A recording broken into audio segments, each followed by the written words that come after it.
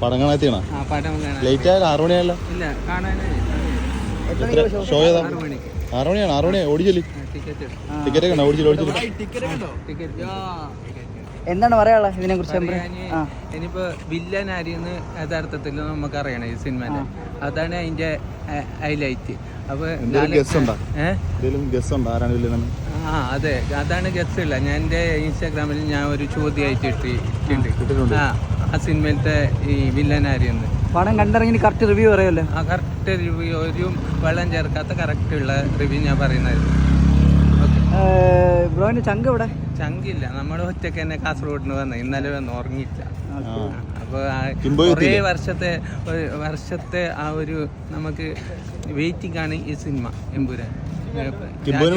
തമ്പുരാനല്ലേ പറഞ്ഞു. അപ്പൊ ഓക്കെ, ഞാൻ പടം. Okay bro.